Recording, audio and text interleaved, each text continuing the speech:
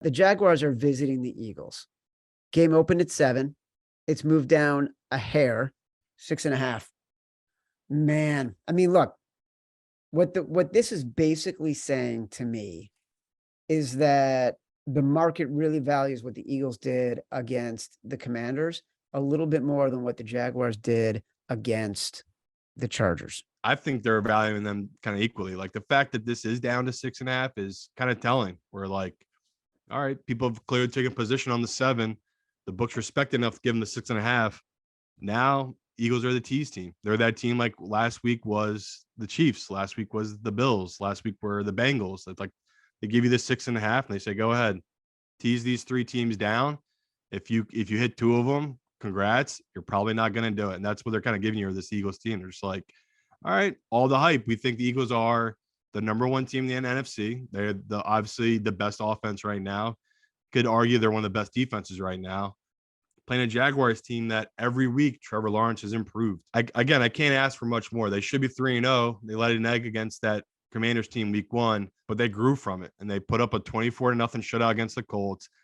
And I didn't care if Herbert's was healthy in that game. I don't think it mattered. Like they beat the shit out of that Chargers team in every facet. Like they've had injuries, the Chargers team, but man, like the D line of that combo of Walker and Josh Allen on that D line, it's huge for that Jaguars team. Like their defense is flying around, and then Trevor Lawrence with that Christian Kirk, Robinson back off that major injury. He's one of the top 5 running backs right now in football. It's all there for this Jacksonville team. Now you're giving me them at 6.5 against an Eagles team that I do think they're really good, but that's a lot of points against a team I view as a playoff team in the Jaguars. And for Doug Pederson, what a position to be in. He knows all these guys, like the ins and out of this whole team. He coached Jalen his whole rookie year. Like he's been there with all these different players. So I know, and I've seen the video clips of the Jaguars team. They love Doug Pederson. Like they like this guy a lot. They're going to play for him. In fact, we're getting a good numbers even better. Like the 6.5, it's a really nice number. To me, this is the Vikings game. Throw that one away. The Eagles have been dominant, no doubt, in the first half. They're one of the best first half teams. It's back-to-back weeks they haven't scored in the second half. Again, that could be taking the foot off the gas, but with a high-powered offense like Jacksonville, I just can't see it being a blowout game like this. Jacksonville can keep pace. Again, Trevor Lawrence, week 1 touchdown pass. Last week 2, he threw for 2. Last week, he threw for 3. He's growing. He's getting better. The reason I was saying I feel like they're valuing the Eagles a little bit more is because I think the numbers should have moved more.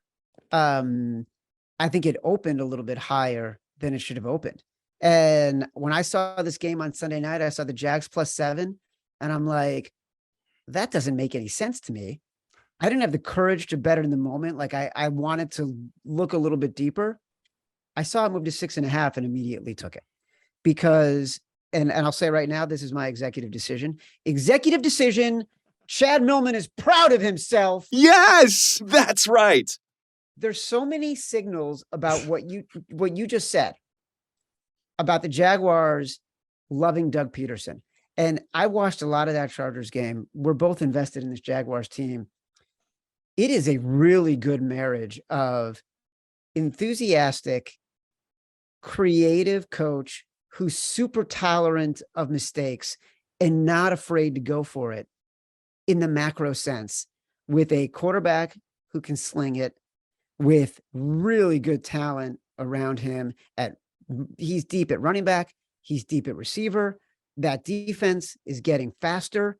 I am shocked right now that if you look at the futures odds for the AFC South, Indianapolis Colts +100, Jacksonville Jaguars +225.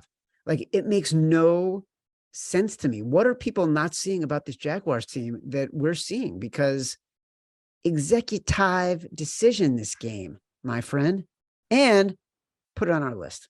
I think that's 3 straight weeks, Chad's executive decision, the Jaguars. It's probably going to hit for him again. No, last week my executive decision was the Bengals, which you hated. That's fair. Yeah, I can't.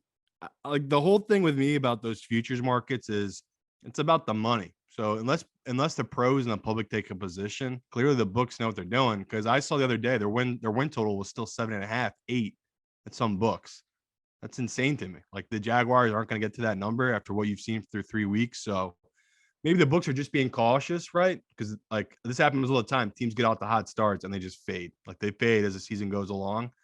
I can't see it. Like Trevor Lawrence throws this kid makes. There's only a handful of guys can make those kind of throws. And you see how important coaching is. Like Urban Meyer, what a joke. Doug already tied him in career wins in the NFL in just 2 and 3 weeks of running this Jaguars team. Like that's how bad Urban was. So it's a team we love coming in for a multitude of reasons.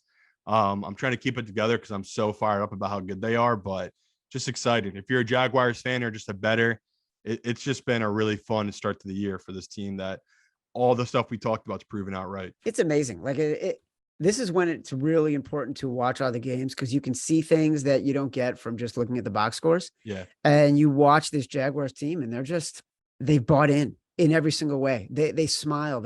They're just having fun. And they believe. That's the key. They believe. They 100% bought in.